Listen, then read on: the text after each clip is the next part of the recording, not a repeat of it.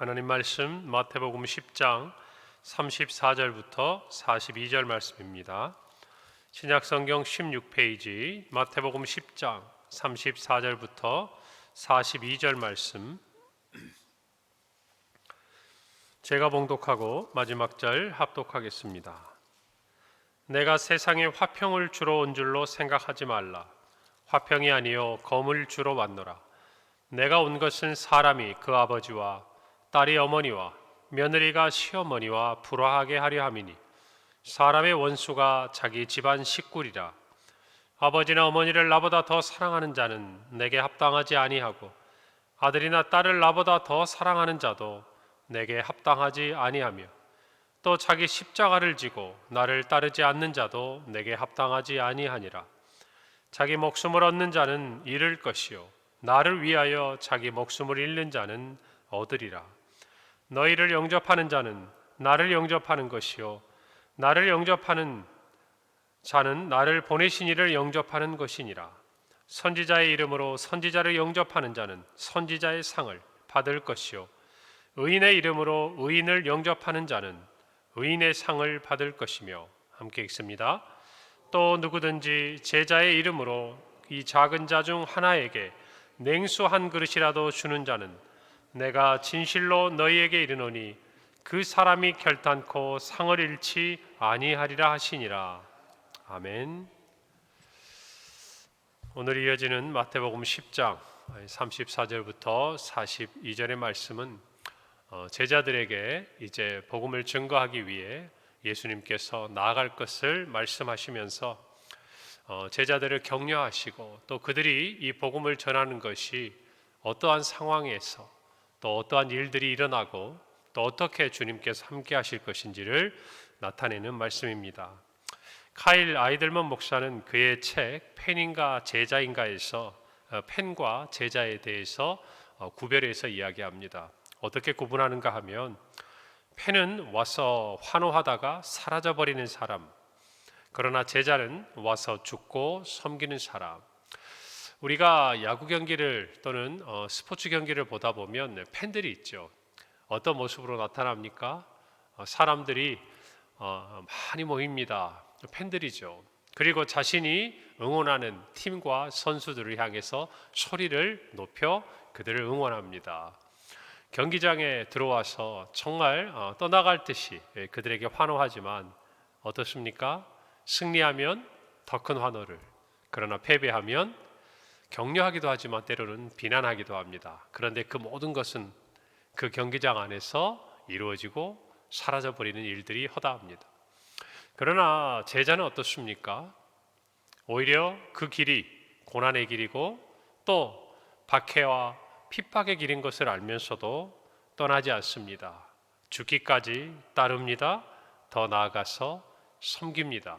그들의 기쁨과 그들의 즐거움을 만족시키는 자리가 아니라 그들이 따르는 스승을 섬기고 그 뒤를 따라가는 것, 비록 고난의 길이어도 따르는 사람들을 제자라고 하는 것이죠. 예수님은 우리가 팬이 아니라 제자가 되기를 원하십니다. 다시 말하면 끝까지 예수님을 따르기를 기뻐하신다는 것입니다. 예수님이 이 땅에 오실 때 평화의 왕, 평강의 왕으로 올 것을 성경은 증거합니다.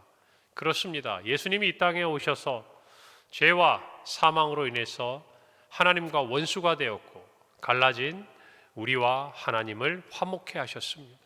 화평의 왕으로 오신 것이죠. 그리고 예수 그리스도를 믿는 자, 또 복음 안에서 세상은 화평케 됩니다. 그런데 오늘 예수님은 뜻밖의 말씀을 하셔요. 34절입니다. 내가 세상에 화평을 주러 온 줄로 생각하지 말라. 화평이 아니요 검을 주러 왔다. 예수님의 이 말씀이 어떤 의미일까? 예수님께서 이 땅에 분명히 평화의 왕이고 평강의 왕으로 오셨습니다. 우리는 화목해 하는 자들이 되어야 합니다. 그래야 하나님의 아들, 딸로서 우리의 사명을 감당하는 것입니다. 그런데 그 화평을 이루고 그 화목을 이루는 것은 거저되는 것이 아닙니다. 예수님을 믿는다고 해서 그냥 이루어지는 것이 아니라는 것입니다. 우리가 예수님을 믿고 주님을 따르는 모든 길에는 그저 꽃길만이 펼쳐져 있는 것이 아닙니다. 왜냐하면 예수님이 이 땅에 온 순간을 한번 생각해 보세요. 예수님이 올 때 어느 누구도 예수님을 환영하지 않았습니다. 구유 위에서 그저 동방박사들과 목자들의 경배를 받을 뿐이었습니다. 심지어는 헤롯 왕은 예수님을 죽이고자 했습니다. 예수님이 이 땅에 오신 그 순간부터 하나님께서 정말 계획하신 원대한 그 구속 사역은 사실은 하나님과 죄와 사망의 공중 권세 잡았던 사탄의 영적인 전쟁의 시작이었다는 것입니다. 하나님께서 때가 참에 이제 자기의 백성들을 구원하시기 위해서, 우리를 구원하시기 위해서 예수 그리스도를 이 땅에 보내신 이 사건은 하나의 거대한 영적인 전쟁이었다는 것입니다. 다시 말하면 선전포고였다는 것이에요. 그렇기 때문에 우리가 예수 그리스도를 믿는다는 것은 예수 그리스도를 믿지 않는 세상의 권세와 우리 주변에 있는 영적인 그 싸움에서 우리는 예수님을 따르는 사람이 된 것이에요. 그리고 거기에는 검이라고 표현할 수 있는 치열한 영적인 전투가 벌어지는 현장이라는 것입니다. 그렇기 때문에 예수 그리스도를 믿는 다음에 우리는 기쁨과 오늘 찬양을 부른 것처럼 참 즐거움이 우리 안에 있습니다. 슬픔을 위로받습니다.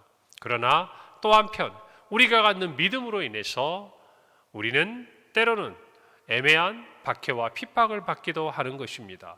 더 나아가서 복음을 전한다는 것은 어둠의 세력, 공중권세 잡은 사탄이 지배하고 있던 그 영적인 세계로 우리가 복음의 검을 들고 들어가는 것과 마찬가지라는 것이. 그래서 예수님께서는 그 말씀을 하시는 것이에요. 이 검을 들고 하나님이 말씀하신 화평, 화목을 이루는 자들이 바로 복음을 전하는 자들이라는 것입니다. 여러분, 우리가 가진 복음은 세상에 동화되는 것을 원하지 않습니다. 예수님의 제자들은 이 세상에 나아가서 세상과 똑같아져 버리고 마는 그런 동화되는 존재가 아니라 세상을 변화시키는 존재입니다. 가만히 생각해 보십시오. 복음이 들어가는 자리마다 새로운 일이 일어납니다. 새 포도주, 그것은 새 부대에 담기게 되는 일들이 일어나는 것이에요. 우리가 예수 그리스도를 믿는 순간부터 우리 개인의 삶부터 시작해서 우리의 가정, 그리고 우리가 속한 공동체, 우리가 살던 모든 나라와 국가, 여러분 우리 대한민국을 한번 생각해 보세요. 복음이 들어오기 전에 이 땅이 어떤 나라였습니까? 그러나 복음의 씨앗이 이 땅에 심겨진 이후에, 복음의 빛이 비친 이후에 대한민국이 어떤 변화를 가지고 왔는지, 하나님께서 이 나라 가운데 어떤 일들을 일으켰는지 우리는 알 거예요. 여러분, 그저 복음이 전파되고 시간이 지나면서 많은 사람들이 예수를 믿고 이 나라가 복음화되는 일이 그냥 이루어진 것이 아닙니다. 어떤 사람은 복음을 전하지도 못하고 쪽복음을 전해주고 강가에서 피를 흘리고 죽기도 했습니다. 어떤 사람들은 와서 채 1년도 버티지 못하고 풍토병과 질병 가운데서 목숨을 잃기도 했습니다. 그들이 이 발을 딛는, 그 발을 이 땅에 딛는 순간부터 그들에게는 참으로 치열하고 무서운 영적인 전투가 벌어지고 있었다는 것이죠.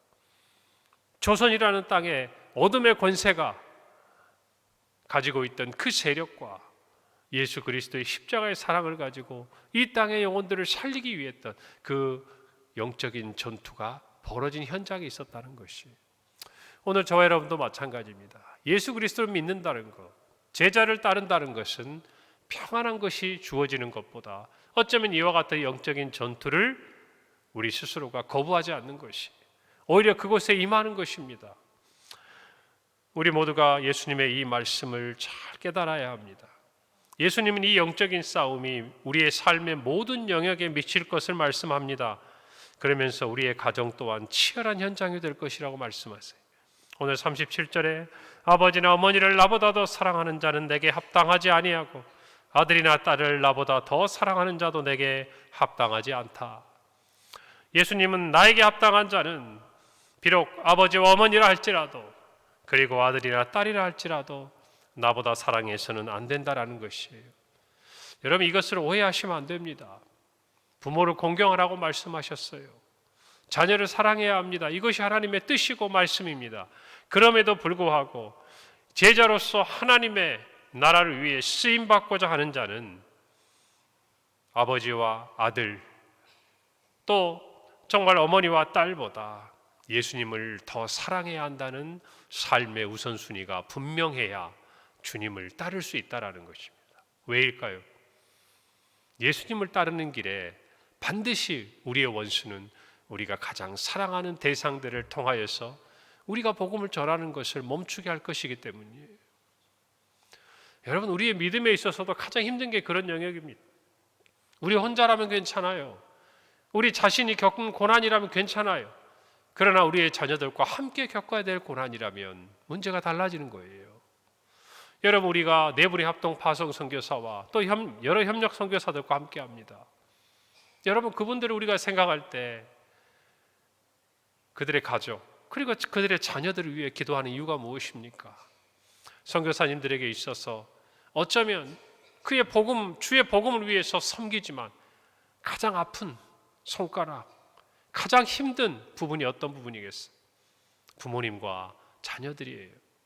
제가 아는 선교사님들도 부모님들이 건강이 연약해지고 또 연세가 들어가시면 수년마다 한 번씩 한국에 들어오실 때마다 부모님 곁에 찾아가요.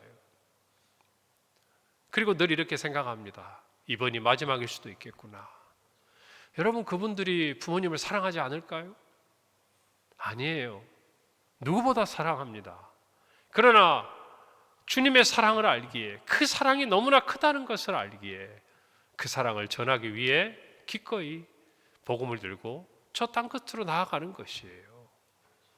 여러분, 이것을 저와 여러분이 잊어서는 안 돼요.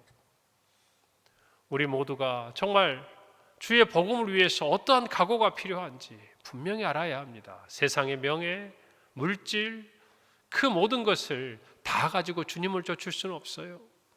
예수님은 단적으로 그 가정 안에서도 어떤 일들이 일어날 것인지를 이야기하는 것이에요. 그렇기 때문에 아버지와 어머니를 어쩌면 사랑하는 자들이 예수님을 더 사랑할 수 있다라고 저는 생각을 합니다. 자녀들을 정말 사랑하는 자들이 주님을 더 사랑할 수 있다고 생각을 해요. 여러분, 이것을 저와 여러분이 생각해야 합니다. 영화진 외국인 묘역에 가면 어린 선교사들 자녀들의 무덤이 있습니다. 그 중에 우리가 잘 아는 1907년 평양 대부흥 운동의 불씨가 되었던 원산 대부흥 운동의 선구자였던 윌리엄 하디 선교사의 두 딸의 묘가 있습니다.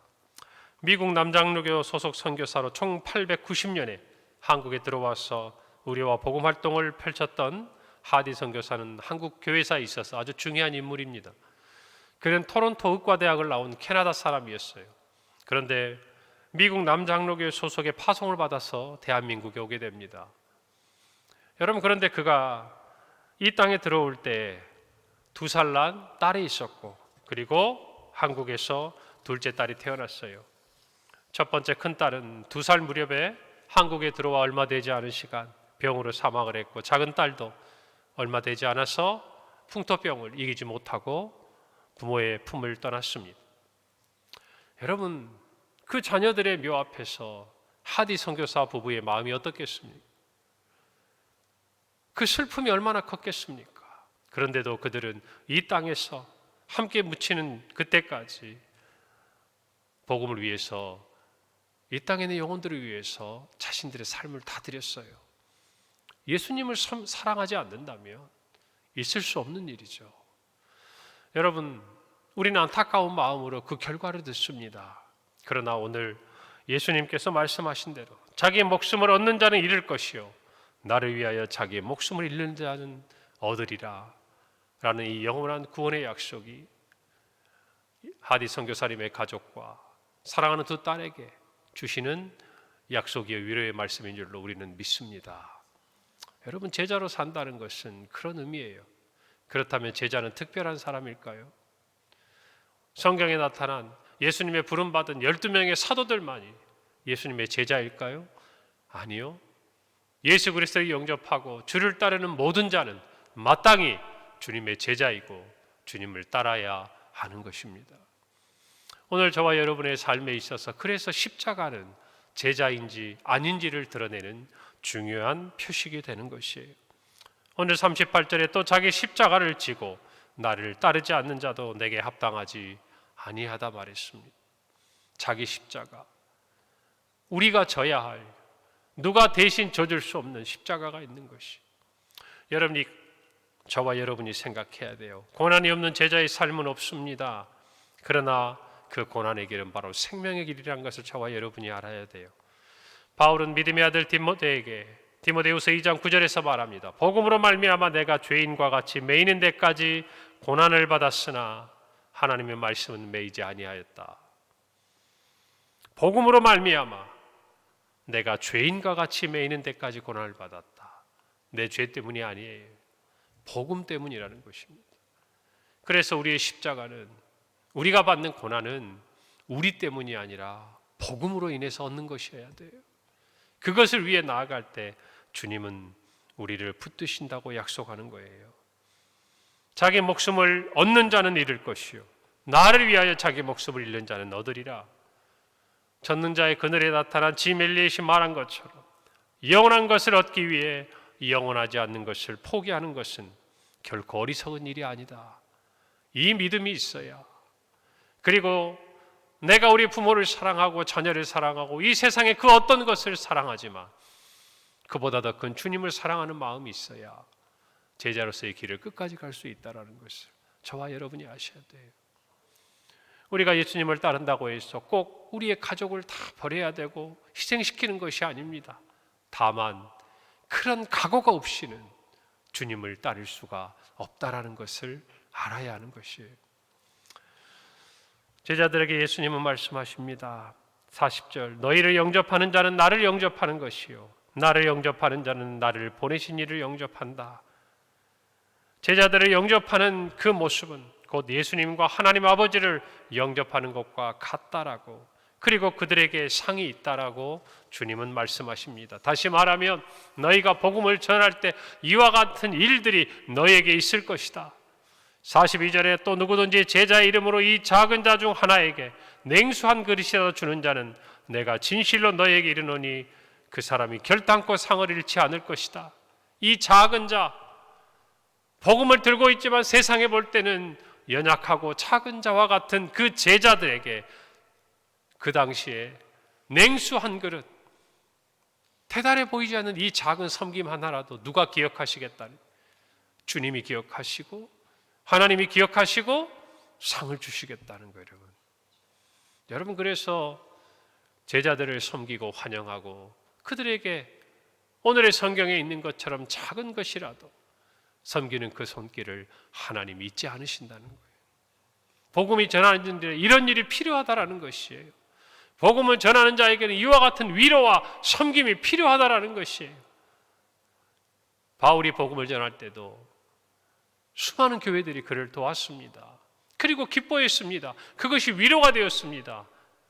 그것이 복음의 열매를 거두게 되었습니다. 오늘 저와 여러분도 그와 같아야 할 줄로 믿습니다. 우리 교회도 전도와 선교를 위해서 섬기는 모든 일이 그와 같은 것입니다. 다음 세대를 위해 교회를 개방하고 우리가 섬기는 모든 일이 그와 같은 것입니다. 우리 모두가 이 마음을 가지고 더욱 주를 섬기며 주를 따르기를 바랍니다. 제자를 향한 진심 어린 섬김은 아무리 작은 것이라도 주님이 귀중히 보시고 상을 주시는 거예요. 그래서 제자의 길은 고난의 길이지만 성령께서 인도하시고 위로하시고 함께하시고 격려하시는 길이에요. 그 길을 가도록 도우신다는 것입니다. 성령님이 이와 같은 역사는 제자로서 복음을 전하는 자에게 체험되는 것이고 주어지는 것이, 오늘 저와 여러분이 이 말씀을 붙들기를 바랍니다. 여러분, 십자가의 길은 우리가 가는 길이 아니에요. 주님과 함께 가는 길입니다. 주님이 격려하시고 도우시는 길이에요. 우리가 마땅히 그 길을 가야 할 줄로 믿습니다. 예수님 당시에도 오병이어의 기적과 수많은 병자들을 치유할 때 사람들은 환호했어요. 그러나 예수님의 십자가에서는 뿔뿔이 흩어졌습니다. 제자들도 그랬습니다. 저와 여러분은 어디에 있어야 하겠습니까? 오늘 저와 여러분의 삶에서 복음으로 인해서 예수 그리스도로 인해서 받는 고난이 있다면 기뻐하시기를 바랍니다. 저와 여러분이 제자인 증거가 되기 때문입니다. 오늘 이 말씀을 붙들고 믿음으로 주를 따르는 복된 한 날이요 우리 평생이 되기를 바랍니다. 기도하겠습니다. 하나님 감사합니다. 주님을 따르는 제자의 삶을 살기를 원합니다. 아버지 하나님, 오늘 주님이 주신 이 말씀처럼 참으로 화평이 아닌 검을 주러 오셨다는 주님의 이 말씀을 깊이 깨닫고 주님을 더 사랑함으로 복음을 증거하며 성령의 인도하심을 따라 살아가는 우리 모든 성도들의 한 날이요 평생이 되게 하옵소서. 예수님의 이름으로 기도합니다.